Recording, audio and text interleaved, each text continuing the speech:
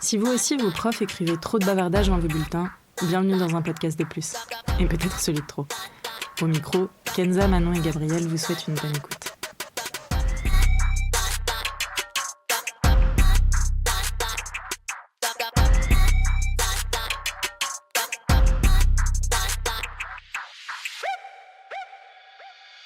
Bonjour tout le monde, aujourd'hui on vous retrouve dans un épisode où on va parler médecine. Et pour cela, on a invité Sofiane, ici présent.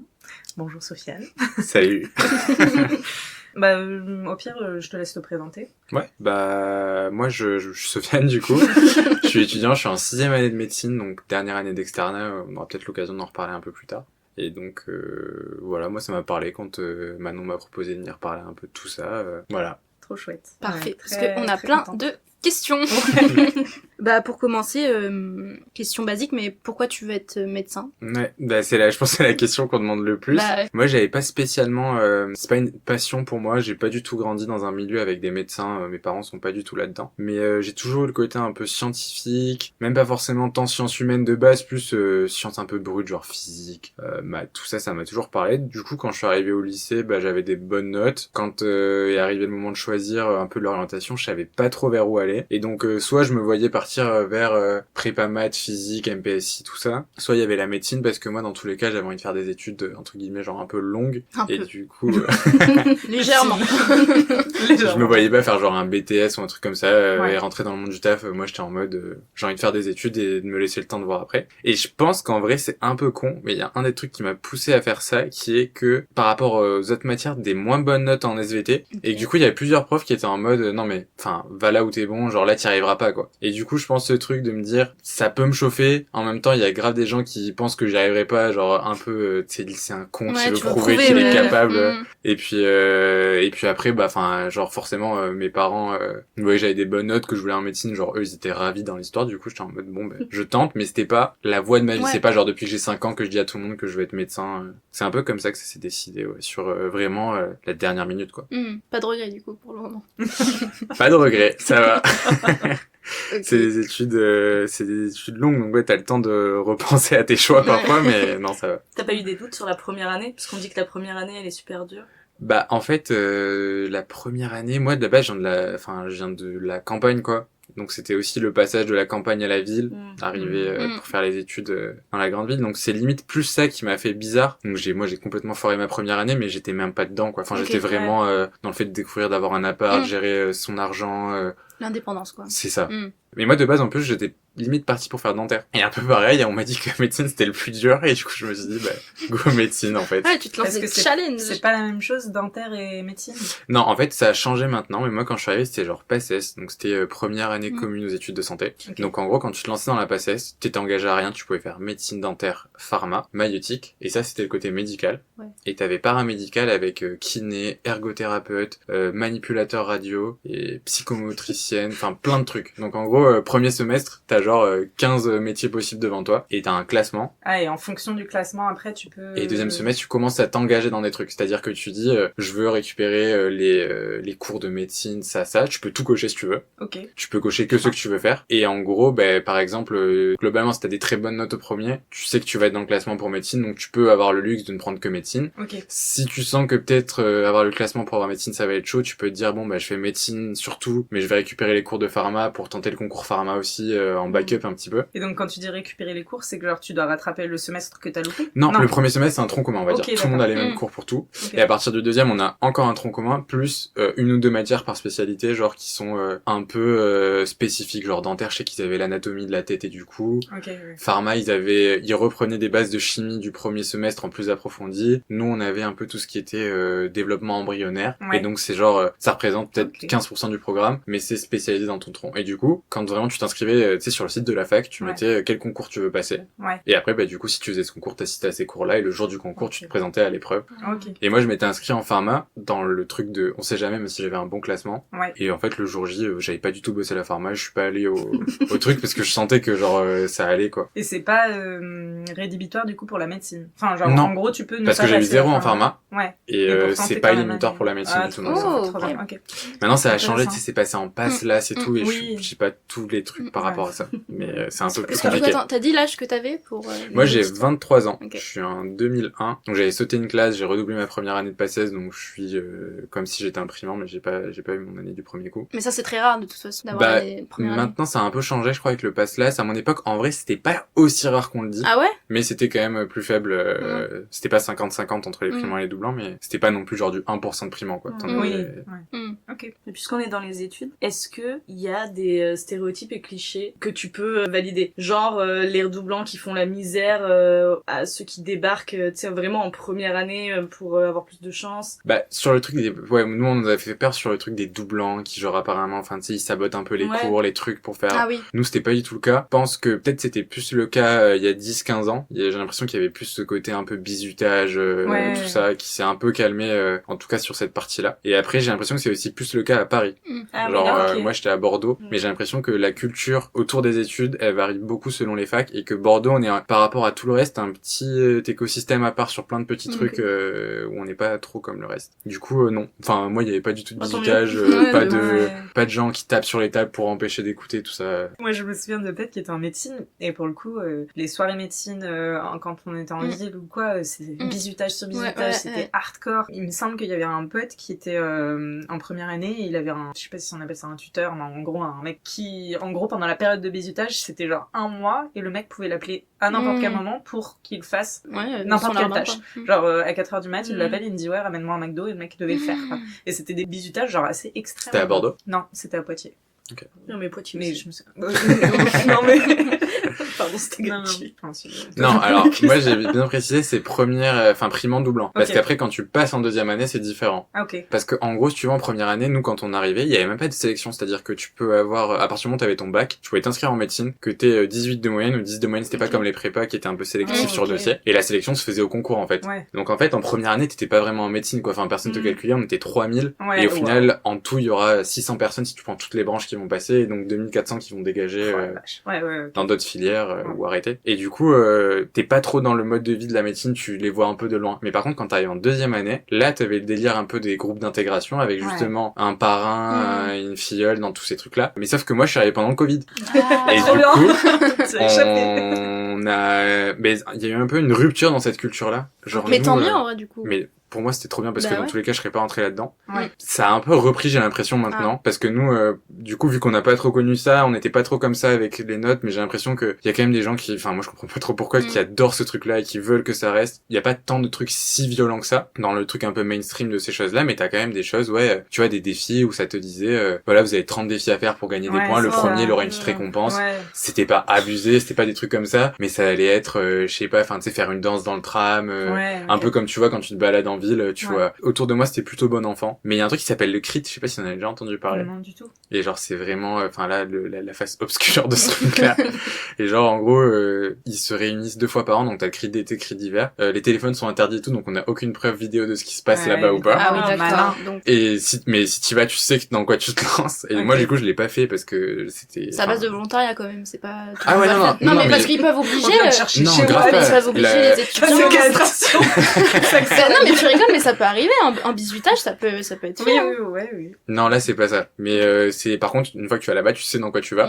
J'ai pas eu de retour d'agression, de trucs comme ça, mais les limites étaient... il y avait pas trop de limites, quoi. Ça pouvait toucher à tout. Alors, à chaque fois, c'est un peu marrant parce que, tu sais, ils ont quand même ce côté où ils mettaient des trucs. On va fouiller les sacs, ramener pas de drogue, pas de ci, pas de là, mais enfin, c'est vraiment de la com, quoi. Tu sais très bien que tout va passer, qu'ils feront leur truc quand même. C'est juste pas avoir de problème, je pense, avec... pas parce que les préfets étaient au courant de ces trucs-là et tout, donc pour être réglo, ils disaient ça. Mais je sais que nous, on avait que des retours des quelques genre fous qui y allaient, tu vois. Et t'entendais des choses, mais enfin, les gars qui allaient manger des grenouilles, du caca, enfin, tu vois, des trucs comme ça. Mais après, ça, des années après, genre, tu vas voir ton médecin généraliste, et t'es là. Oui, je vous fais entièrement confiance. C'est ça. Ouais, c'est un peu spécial. Et c'est le truc des pins. Je sais pas si vous avez déjà vu les gens avec des pins partout sur leur sac, leur machin. Et ben, en gros, ils gagnent des pins en échange de ça. Oui. C'est genre, tu ravales ton vomi, tu gagnes un pins. Ouais. Tu couches devant des gens, tu gagnes un pins, tu fais... T'avais des gens, par exemple, pendant le week-end d'intégration qui se faisaient percer l'oreille. Mais enfin, genre, en week-end d'intégration, un gars qui avait une aiguille, il te perce l'oreille et t'as un pins. C'est vraiment des futurs médecins, tout ça. On te met le pins dans l'oreille. Oui, mais ouais, exactement. Après, moi, j'en connais une ici qui propose de te percer les oreilles avec un glaçon, du fil de pêche et une aiguille. Hein. Oui, mais après, c'est stérilisé. C'est moins la dure quand même. Bah oui, quand même, c'est la méthode du bled. Écoute. Moi, ça me fait penser à une autre question. Aussi, enfin, c'est pas un cliché, c'est une vérité, mais en internat, après, la vie sociale, c'est comment? Bah moi, je suis pas encore interne, je serai l'année prochaine. Donc, je commence un peu à me renseigner, à essayer de voir concrètement, parce que c'est un truc dont je calculais pas trop. Bah, en fait, pareil, ça dépend. En gros, ça s'appelle l'internat, parce que justement, là, on passe un concours encore en 6e année, tu vas te balancer dans une ville avec une spécialité à étudier pour... Ah, tu dois bouger? Bah, ça dépend de ton classement. Ah, putain. En gros, chaque ville va avoir un nombre de places pour former des internes. Et donc, tu sais que Paris et Marseille, ça va être plus vendeur que Poitiers ou Reims, tu vois. Et du coup, ça se répercute sur les classements que des gens, les premiers vont aller à Paris. Et dans les spécialités qui sont les plus demandées, souvent celles qui rapportent le mieux ou qui ont les plus prestigieuses un peu. Et petit à petit, en fait, tu diminues. Et quand ils ont plus de place, ça y est, tu peux plus avoir la ville. Ouais. Donc, en gros, ils ont des internats dans leurs hôpitaux. C'est vraiment un internat, c'est-à-dire t'as ta chambre qui te coûte quasiment rien. Et du coup, t'es sur place pour bosser. Et en gros, la vie, ça dépend, j'ai l'impression. T'as des gens qui sont à l'internat, mais finalement, en fait, ils ont leur appart, leur truc, ils sont pas dans le mode de vie de l'internat. Les retours que j'ai eu de l'internat, c'est qu'il y avait quand même pas mal encore ce côté un peu genre, on bosse gavé, du coup, on va faire des soirées de fou pour compenser, se tuer à l'alcool, aux drogues. Et en plus, souvent, c'est quand même des gens qui commencent à avoir genre entre 25, 30 ans, qui sont médecins, donc qui savent aussi comment se remettre d'aplomb après une fuite, après un truc. C'est ça. Et donc t'as vraiment des gars qui se tuent jusqu'à la dernière minute, perfusion, et qui retournent bosser. Mes colocs en Allemagne, ils faisaient ça en fin de soirée, parce que j'avais un coloc qui était infirmier, et du coup, à la fin de soirée, quand ils étaient vraiment dans le dégât, ils se faisaient une petite perfusion dans la cuisine, et après, le lendemain, c'était reparti, quoi. Ça donne pas confiance. Moi, la première fois que j'ai vu ça, j'étais là, frère, vous faites quoi? C'est quoi ce délire? Drogué. Moi, j'arrive dans la cuisine, je découvre avec leur perfusion en train de papoter, tu vois.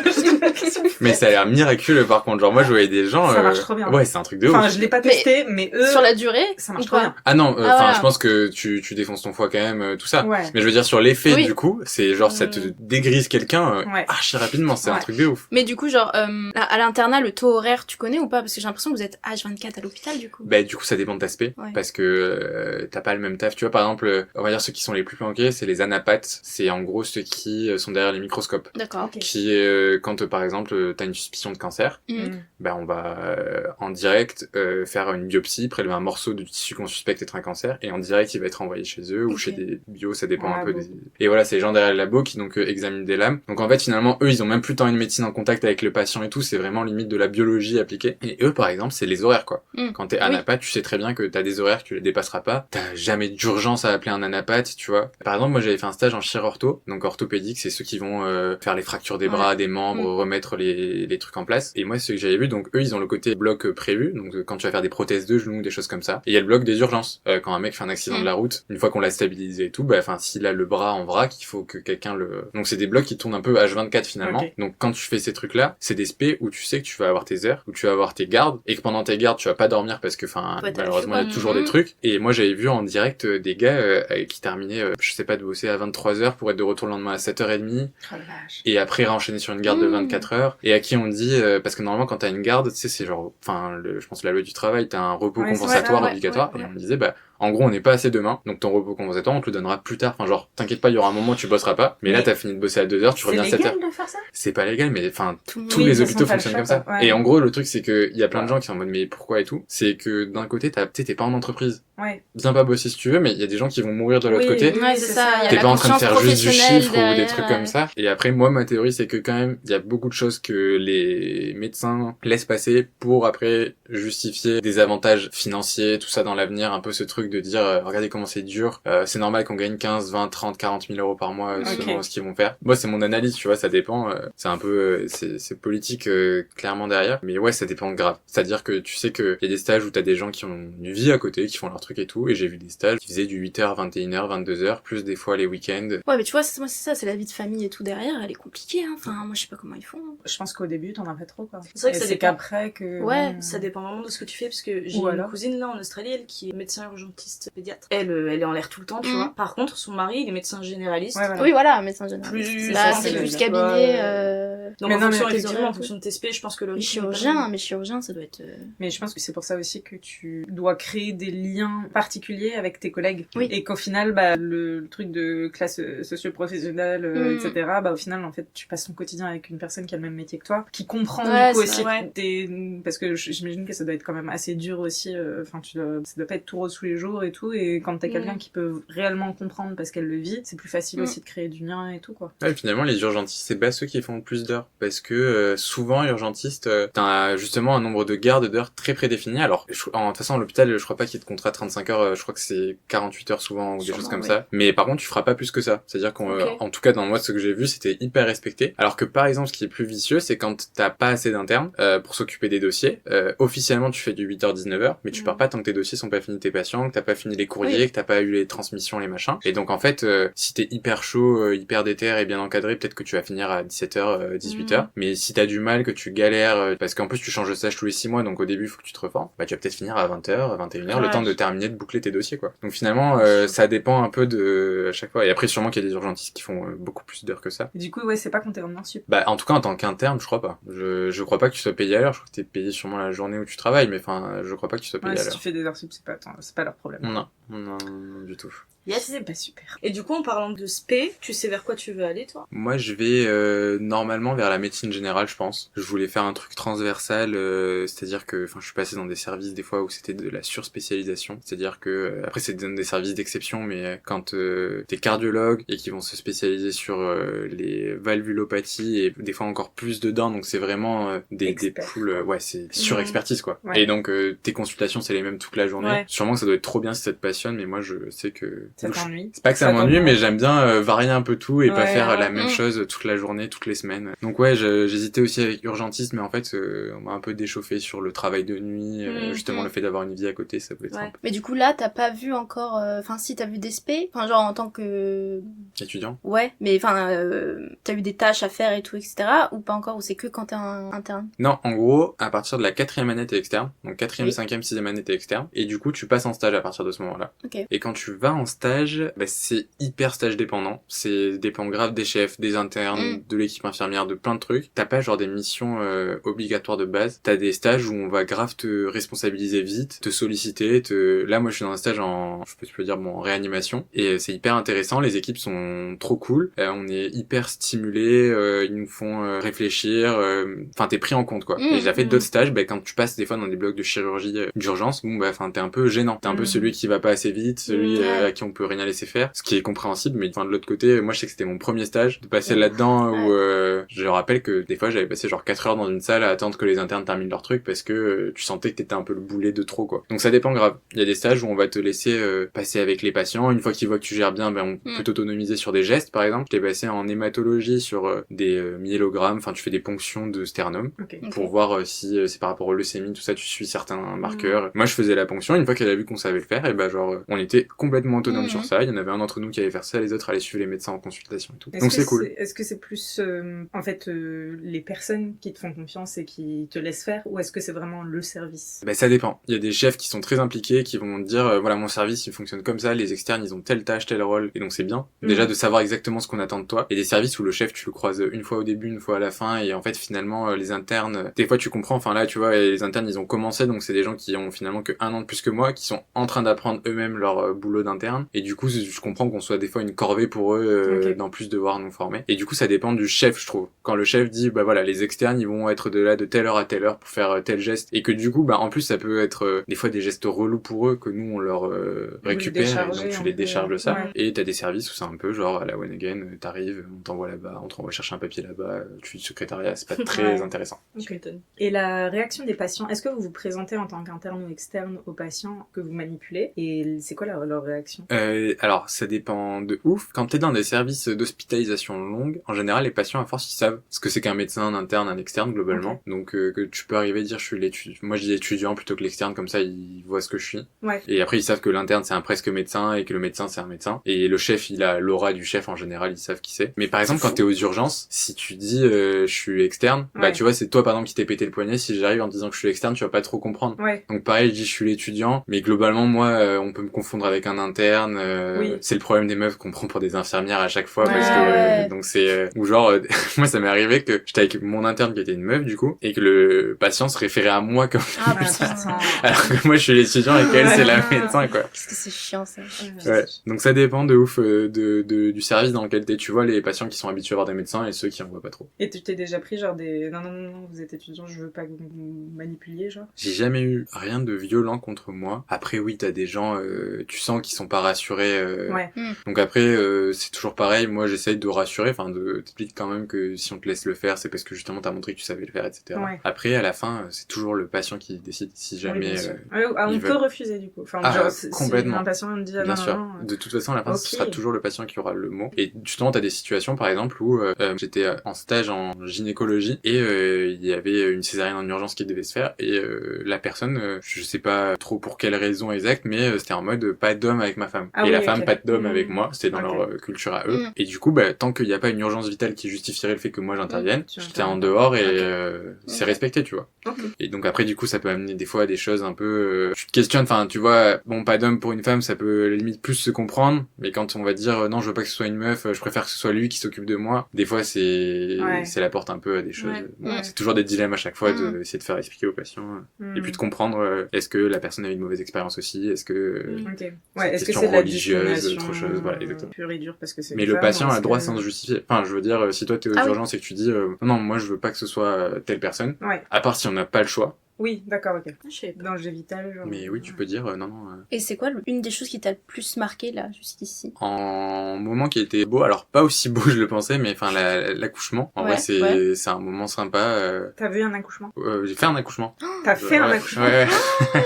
Pas tout seul, j'ai avec... accouché. J'ai accouché. Avec complètement encadré par les sages-femmes et tout, j'ai juste prêté mes mains, on va dire, mais ouais, c'était un moment qui était trop bien parce qu'en plus ça s'est bien passé, tu vois. L'accouchement qui se passe mal, c'est dramatique, mais du coup l'accouchement qui se passe bien du début à la fin, vraiment quasi sans, enfin la meuf a eu, je crois, une épisiotomie, genre ils ont dû ouvrir un peu pour que ça sorte, mais globalement c'est la seule chose. Ça, c'est, y a pas eu d'hémorragie, pas de complications, rien. Le père à côté qui récupère l'enfant qui va bien, tu vois, c'est un moment qui fait c'est bon, ça. Et après dans l'autre côté, des fois t'as des morts un peu brutales, quoi. Enfin, genre tu t'attends pas forcément à ce que moi, ce que je disais dans mon stage, il y avait un monsieur qui avait une infection grave des poumons qui a été transféré, et donc moi je vois son dossier l'après-midi en partant, en finissant mon stage, je me dis que le lendemain ça va être à moi de le présenter et tout. Le lendemain je reviens, je me pose sur le dossier qui était long et tout, et en fait j'arrive, le médecin est dans la chambre, il me dit bon en fait on va arrêter. Je me dis ah ouais, parce qu'il est arrivé hier, quoi. Donc dans ma tête c'était pas trop battu pour le sauver. Il m'a dit non, on a mis les antibiotiques, les trucs, ça n'a pas marché, on a tenté telle technique, enfin c'est un peu technique. Il m'a dit voilà, on va s'arrêter là. Et ils avaient prévenu la famille, personne voulait ou pouvait se déplacer, et donc du coup tu sais, t'avais vraiment ce truc de genre la mort froide dans une chambre d'hôpital avec personne. Alors je sais pas qui est les dernières personnes qui l'a vu, comment ça s'est passé, mais ça fait bizarre, peut-être de bon matin, tu vois. Non mais de toute façon c'est un domaine qui doit complètement bouleverser ta vision de la mort ou ton rapport de manière générale au décès, à la mort, etc. Enfin ça doit être t'as intérêt de toute façon, c'est un domaine où t'es obligé de prendre du recul à un moment donné, te distancer. Ouais, je sais pas comment expliquer, mais ça a pas changé un truc. Si, après en fait c'est des études longues, donc déjà on a toute la préparation théorique avant, on a déjà eu plein de cours qui te parlaient de ça. Moi j'avais pris, chaque année on apprend une option, j'avais pris des cours d'éthique en 3e année où justement il y avait tout ce truc autour de la mort. Mais attends, c'est pas obligatoire les cours d'éthique? Alors en fait t'as des cours dedans, mais en plus moi j'avais pris une option vraiment éthique à part parce qu'on a une option obligatoire à prendre, mais si t'as t'as des items obligatoires, mais moi c'était plus approfondi, c'était je sais plus peut-être 40 heures vraiment que de dilemme éthique, de réflexion réflexion éthique, de courants philosophiques sur ça. C'est trop bien. C'était trop bien, et c'était des personnes, des médecins, mais pas que. Il y avait des personnes qui sont profs de philosophie dans l'université ici ou ailleurs, des profs d'éthique, enfin plein de choses. C'était hyper varié. C'était trop bien comme truc. Alors en plus c'est dommage parce que tu sais ça revient un peu comme la philo au lycée. C'était un peu le cours en mode c'est vrai que pour le partiel d'éthique t'avais pas besoin de gaver réviser si t'étais un peu logique. Est-ce que vous respectez le consentement du patient? Oui, je vais cocher oui, je pense.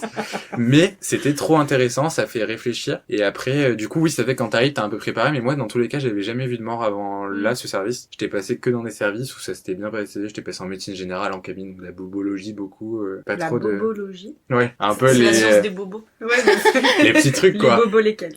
Les blessures, les bobos... Les petits bobos. Les BCBG. Voilà, exactement. Non, en médecine générale, tu sais, c'est tout, les rhumes, les angines. Ah, d'accord. Les... Non, mais... les mecs en chemise avec les doudounes sans manches. Mais non, mais je savais bien que c'était pas ça. Ok, non mais oui, vous avez un petit terme pour ça quand même, quoi. Enfin, pour les petits... les petits bobos. Ouais. Mais... En plus, c'est marrant parce que du coup, tu sais, nous, c'est un peu... Enfin, ça dépend des gens. Il y en a qui sont jeunes, qui ont déjà des problèmes de santé. Mais moi, au global, quand j'allais chez les médecins, c'était vraiment à chaque fois des... Enfin, pour un rhume, pour un vaccin, pour un truc un peu à la noix. Oui. Et au final, tu te rends compte que c'est une bonne partie de l'exercice du médecin généraliste, mais pas que. Genre, le médecin généraliste, à côté de ça, il va quand même parfois être le premier à diagnostiquer un cancer sur un point d'appel, faire un suivi de cancer chez des patients. Du coup, tu vas jamais voir un médecin? Maintenant, en gros, j'ai aucun pouvoir, moi. C'est-à-dire que je peux rien prescrire, je peux rien faire. Mais non, sur mes problèmes perso, j'ai... Enfin, je sais me diagnostiquer un rhume, une angine, une gastro. Je sais relativiser les symptômes du truc. Là, je m'étais pété le ménisque au sport il y a 8 mois. Enfin, je savais que je m'étais pété le ménisque en demandant à ma copine, c'est de faire 2-3 tests. Super pouvoir. Mais en vrai, ça aide, tu vois. Ah, c'est trop pratique. Et mais je suis encore là pour encore cette année soumis au fait de pour avoir ma prescription et aller voir un médecin. Ouais. T'es obligé. Okay, enfin, quand tu seras médecin généraliste, t'auras pu à le faire. À partir de l'année prochaine, à partir de l'internat, t'as le pouvoir de prescrire tout seul. C'est ça. Trop bien. Non, mais c'est trop bien, ouais. Trop bien. Et deuxième question, enfin, moi, je m'imagine que dans les études de médecine, ça peut aussi beaucoup te faire devenir parano sur les différentes maladies, tu vois. Genre, comment tu fais pour gérer le truc de, je vois autant de problèmes, autant de maladies, autant de trucs, et ne pas psychoter sur le fait de peut-être que j'ai ça, tu vois. Ouais. Déjà, la réalité des choses, c'est que, en gros, tu passes des cours où c'est vrai que, tu vois, première chose, quand t'es en médecine, tu sais que quelqu'un qui a de la fièvre et qui a une perte de poids récente, tu vas penser à un cancer. Ça fait partie des premiers trucs. Ok, maintenant j'ai ça dans ma tête. La prochaine fois que j'ai de la fièvre et que j'ai perdu du poids, je vais m'y créer des... Mais justement, si t'as une diarrhée, tu vas perdre du poids et avoir de la fièvre aussi, tu vois. Oui. Et donc, en gros, quand t'es dans ta pratique, tu te rends vite compte qu'en fait, faut pas réfléchir sur 2-3 petits arguments. Faut voir, son ensemble. Voilà, le tableau global. Nous, ce qu'il nous disait, c'était qu'en gros, si je te dis qu'il y a un animal à 4 pattes qui galope, c'est un... Ouais, ça pourrait être un zèbre. Mais par logique, tu vas penser d'abord à ce qui est le plus probable et l'éliminer avant d'aller chercher le petit diagnostic de niche un peu perdu, tu vois. Ouais. Et d'un autre côté, tu penses aussi aux trucs les plus graves. C'est-à-dire que un patient qui vient en te disant qu'il a mal au ventre, tu vas direct te dire est-ce que c'est un infarctus? Tu vois. Alors après, que ça vous êtes par élimination. Ouais, en fait les douleurs c'est un truc tellement compliqué que ça peut ne pas être très lié et tu peux avoir une douleur complètement au ventre et tu fais un infarctus. Et ça peut ne pas du tout être ça. Truc de ouf. Mais t'as un homme de 50 ans qui vient pour ça, tu vas le garder dans un coin de ta tête, tu vois. Et au moindre truc, tu vas essayer de faire parce que en gros le premier truc que tu fais c'est un ECG, c'est un examen qui est hyper rapide, qui coûte rien. Tu vas le faire au moindre doute. Exactement. En gros, tu captes l'activité du cœur, c'est ces espèces d'ondes que tu vois et avec ça déjà tu peux te calmer, enfin te diminuer le risque qu'il y a un infarctus en gros. Au final, je trouve que quand t'es que dans les cours, des fois c'est vrai que tu peux vite te dire waouh, j'ai ça, c'est sûr je vais mourir. Quand t'es dans la pratique, tu te rends compte qu'en fait faut rester à chaque fois rationnel.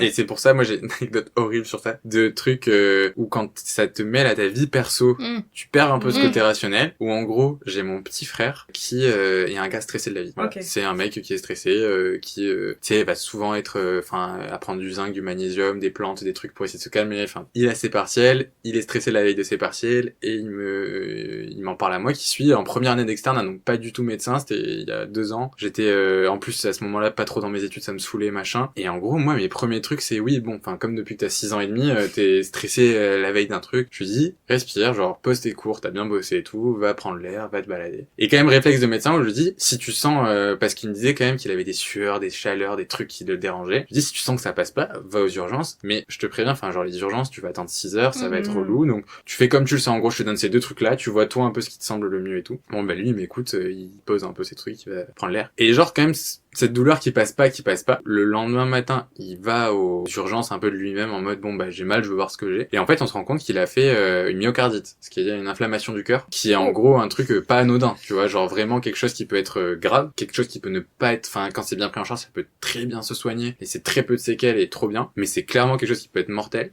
Et là je me suis senti comme une merde et c'est là que je me suis rendu compte que sur certaines questions, je préférais laisser les gens que j'aime à d'autres de mes collègues. Mais c'est ce qu'il conseille de toute façon, de toute façon de jamais prendre quelqu'un de sa famille. Ouais. Mais sur le coup c'est dur parce que les gens de ta famille vont te demander à toi d'abord. Et du coup de l'autre côté, je sais pas, des fois, tu deviens un peu débile, tu te perds dans ce que tu dis, c'est plus ce qui est le bon, le mauvais à dire, parce que t'as l'impression de connaître la personne. Et tu vois par exemple les diagnostics psychologiques, normalement c'est dernière intention, c'est une fois qu'on a tout éliminé, bon bah c'est dans ta tête, tu vois. C'est un peu ça là. Et même si dans la tête ça peut être réel, on peut en parler après, mais genre ça veut pas dire que c'est faux, mais au moins on est rassuré sur le fait que tu vas pas mourir maintenant. Et tu vois, j'ai pas du tout été dans la méthodologie, c'est-à-dire que jamais un patient à l'hôpital j'aurais fait ça quoi. Évidemment que j'aurais fait un ECG au premier lieu, même s'il a 20 ans, qu'il a pas d'antécédents, il a mal au cœur, tu fais un ECG et au moins on est calé sur ça. À l'ECG j'aurais vu qu'il y avait un problème, tu vois. Au final ça s'est très bien passé, il a été pris en charge et tout, mais enfin il a eu une semaine d'hospitalisation en soins intensifs machin. Quand même. Donc c'était une petite leçon quoi. Je m'étonne. Petite. Ça me fait penser à ma mère quand j'ai eu l'appendicite qui pensait que je surjouais. C'est exactement ça, tu vois. C'est logique. Moi, genre vraiment, je me suis plaint le matin, j'ai mal au ventre, j'ai mal au ventre, mais comme j'étais une pleurnicharde, ah là là, j'ai mal. Ma mère tout le temps, on va aux urgences, hein. Et tu dis moi, je suis non, je veux pas. Et là, j'ai mal. Mais toute la journée, genre oui, c'est bon, tranquille, voilà. On est en Allemagne en plus, donc on a allé chez mon oncle, etc. Bizarre quand même et tout. Et c'est ma tante en gros qui a dit, qui s'est renseignée sur les maladies du ventre, etc. Et qui était en mode ça ressemble quand même un peu à l'appendicite, tu vois. Et moi, je me roulais par terre de douleur. Et ma mère s'est dit, peut-être. Donc ils m'ont amené à l'hôpital et ils ont dit vite en urgence et ils m'ont mais c'est vrai que quand tu connais tes proches, c'est compliqué d'être neutre. Non mais puis surtout j'étais très débutant dans mes études, je suis toujours, mais je suis mieux maintenant, je suis mieux calé sur mes trucs, j'aurais dû faire preuve de plus de prudence et genre heureusement que ça s'est bien fini, tu vois. Heureusement que j'ai quand même eu la lucidité de dire que malgré tout si tu sens que ça passe pas, va consulter et pas être un peu en mode bon ça y est t'es relou, genre juste tu stresses. Au final ça fait partie de ça aussi, l'expérience, tu vois. Complètement. Aujourd'hui ça servi de leçon. Mais peut-être à lui aussi, il te demande encore des conseils. Quand j'ouvre ma bouche il est un peu en mode oui. Tu m'as conseillé d'aller marcher pour Tu m'étonnes en vrai. Je comprends. Non, c'est de bonne guerre, franchement. Mais moi, je voulais revenir sur un point psycho, parce que, Manon et moi, on a fait une licence de psycho, et je sais que dans nos cours, il y avait un peu la guéguerre entre les médecins et les psychologues, parce que on estime que les médecins, ils ont pas ce rapport-là à justement comment la personne le vit ou peut vivre les choses après un diagnostic, et du coup, c'est un peu le médecin et les brut de décoffrage. Voilà, merci. Et après, non, mais il te laisse comme ça, il a dit ce qu'il avait à dire, il se barre et toi, t'es là, face au truc et que tu gères pas la... Oui, c'est la question de la prise en charge et de la conscience que t'as quelqu'un devant toi. Oui. Et est-ce que aujourd'hui, parce que c'est un peu la vieille médecine, est-ce qu'aujourd'hui vous le travaillez un peu plus ça ou pas du tout? Si, nous, dans la partie théorique, franchement, oui. C'était l'attitude empathique, c'est vraiment devenu, et ça s'est imposé. Nous par exemple, je crois qu'on était quasiment dans les premières années à ce que dans nos cours de deuxième et troisième année, en gros en deuxième année, troisième année, c'est chaque fac qui fait un peu comme elle veut, et après le concours qu'on prépare c'est un programme national. Notre fac elle a émis des cours vraiment sur l'attitude empathique, justement avec des stats, je sais plus ce que c'était, un truc tout con sur le fait que c'était, je crois qu'un médecin en général il interrompt son patient dans les 20 premières secondes. Quand le patient parle à un médecin généraliste, je crois que la statistique c'était ça, c'est genre, et en gros il disait que du coup il laissait souvent pas assez parler les patients et essayer de c'est-à-dire que le patient vient avec un problème et des fois plein d'autres problèmes. Je sais pas, si tu commences à dire que t'as mal au ventre, ça y est, lui il a fixé son attention sur le mal de ventre. C'est peut-être pas le plus grave pour toi. Et donc c'est des choses sur lesquelles on te le dit. L'écoute active, l'attitude empathique, la bonne distance à gérer, les mécanismes de protection de nous, du patient, enfin tu sais, les projections agressives, les déréalisations, dénégations, tout ça. Donc dans la théorie, franchement, ouais, on est plutôt bien briefé sur ça. Maintenant dans la pratique, j'ai vu un peu de tout. Justement, c'est vrai qu'avec des médecins plus vieux, j'ai vu des choses où genre t'étais à côté dans la pièce, j'ose même pas regarder le patient, quoi. Enfin tu te dis que c'est pas quelque chose qu'on devrait dire, en tout cas pas comme ça, ou pas une façon d'agir. C'est bien que du coup toi t'es le recul de ça, quoi. Ouais, mais après la culpabilité aussi de dire j'ai rien fait au final. Enfin genre j'étais là, il y a tellement, tu sais, une hiérarchie dans l'hôpital que le petit externe qui ouvre sa bouche sur le grand pont, qui a découvert un traitement qui a sauvé la vie de millions de personnes, bon tu vois. Ouais. Mais ça peut arriver de voir des choses comme ça, c'est plutôt rare. Après, souvent, la vérité, c'est aussi que c'est des problèmes d'organisation. Quand le mec a bossé 48 heures d'affilée, t'es beaucoup moins patient avec le dernier, parce que nous, on arrive avec plein de bonne volonté aussi. Première garde, premier patient, t'es joyeux et tout. Après, le 4e patient, un peu bourré, un peu agressif de la soirée, il est 3h du mat, t'as pas encore mangé. L'empathie, elle devient un peu plus compliquée à avoir, tu vois. Là, on est des humains, finalement. Ouais, c'est ça.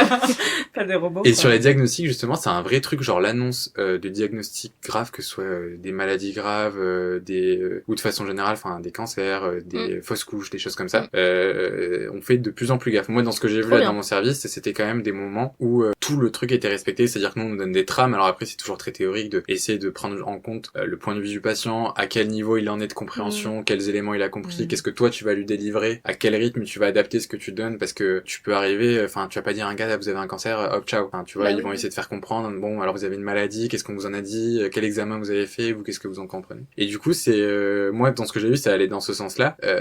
Après tu continues de te heurter à des murs. Enfin en fait t'as beau essayer de mettre tout le bon contexte, annoncer un cancer ça reste difficile. Oui, bien sûr. Et du côté des médecins, enfin tu sais ça fait des journées lourdes aussi tu vois. Quand t'as 3 familles différentes à voir pour annoncer parce que ce qui est un peu horrible en réa c'est que souvent les patients ils sont sédatés, intubés, donc le patient tu peux pas trop parler avec lui. Tu vas récupérer la famille. Tu peux avoir tu sais des patients qui viennent de milieux précaires ou étrangers qui parlent pas très bien français. Alors là, quand tu as la barrière de la langue sur un truc aussi compliqué, c'est quand même des choses qui sont compliquées. Donc t'en as qui mettent de la bonne volonté. J'ai vraiment vu des médecins un peu se casser la tête. Mais après, tu comprends aussi que, enfin, lui, à force, comme tu disais, c'est un mécanisme de protection. C'est un moment de sa journée, quoi. Donc c'est vrai que derrière, tu laisses une famille en pleurs et lui va boire son café, mais c'est normal, quoi. Sinon, il se foutrait en l'air. Ouais, c'est ça.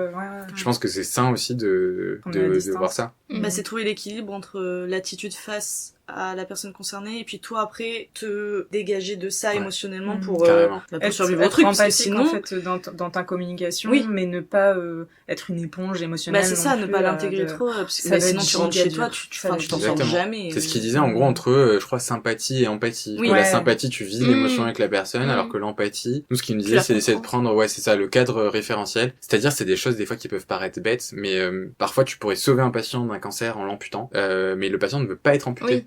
Et tu te heurtes à un truc moraux, exactement, mais c'est même plus vraiment moral parce que là t'es vraiment dans du pratico-pratique, t'as l'urgence de la maladie qui évolue à côté et t'es dans un truc de ok tu pourras peut-être plus danser mais enfin de l'autre côté il y a la mort et il y a des gens pour qui c'est la même chose et donc t'es très vite dans ces dilemmes là et donc c'est mais en plus tu dois prendre tu dois avoir ce truc là de ta personne, ton jugement, tes références en tant à que toi, pas médecin tu vois, ouais bien sûr, genre ta personne, ta personnalité, tes croyances, ton bagage en fait qui fait que tu peux avoir plus ou moins de... Ah mais carrément, et après t'as les trucs où tu vas dire, enfin tu sais les réflexions débiles, on dirait ma mère tu vois, et donc là d'un coup ça prend une autre tournure dans ta tête, imagine c'est à ma mère qu'on adresserait ce truc là, donc bon, faut trouver le juste milieu. Je pense que c'est un truc, moi j'ai toujours du mal, même quand on le fait en exercice tu te rends compte que très vite tu te caches derrière des mots techniques, tu vois, tu vas employer un peu le jargon que tu connais pour te remettre dans des choses que tu connais, recadrer toi. C'est ça, sauf que du coup le patient tu le perds quoi, tu le perds complètement, mais moi au moins je sais que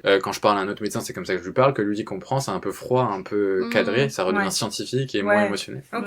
C'est un juste milieu à trouver je pense. Ça doit être compliqué.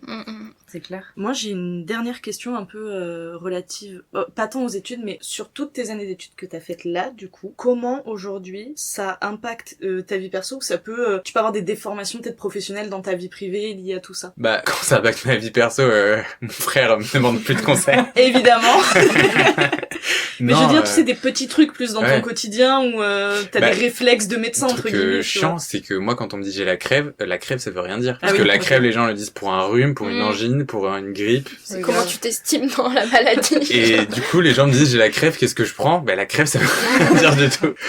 Donc, tu vois, t'as des choses comme ça. Après, moi, je pense que quand même, je suis resté ouvert sur plein de trucs. Et la médecine l'est normalement sur, tu sais, tout ce qui va être homéopathie, médecine traditionnelle, alternative. Il y a plein de choses qui sont bonnes à prendre là-dedans. Donc, je fais pas trop partie de la team un peu vieux réac de ça c'est de la merde et nous on a la bonne façon de faire les choses. Mais ouais, des fois sur la façon de dire présenter sa maladie, la façon dont c'est fait sur les réseaux sociaux, des fois où tu vois des TikTok de personnes qui vont parler de sujets. Moi, par exemple, je me sentirais pas de faire des TikTok sur des choses parce que je trouve que c'est compliqué de parler de ces sujets-là et le patient, lui, il peut avoir envie de parler de son expérience, qui se comprend. Il peut y avoir des erreurs, des trucs trop bien. Donc, c'est des choses où quand tu les vois, quand t'entends des gens t'en parler, etc., j'ai direct un regard peut-être trop critique au lieu de juste prendre l'info comme elle est et de me dire non, rigoureusement, c'est pas ça c'est un peu faux. C'est des choses où c'est un peu technique. Et Sofiane puis après, en commentaire. Non Qu'est-ce que tu racontes? C'est ça que tu fais ton temps libre, en fait. C'est ça, je vais sur Doctolib, Doctissimo, et ça tu peux les défoncer, je pense. Non, ça sert à rien, franchement, ça sert à rien d'aller y mettre un pied, quoi.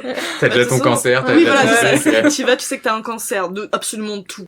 Je savais même pas si ça existe encore. Je sais pas, mais je crois, hein. Si.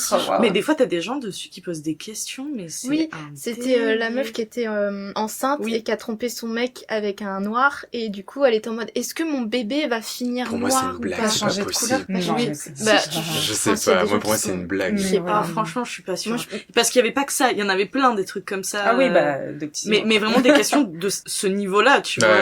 Est-ce que je risque ceci, cela? Et c'était ridicule, mais vraiment ridicule. Mais bref.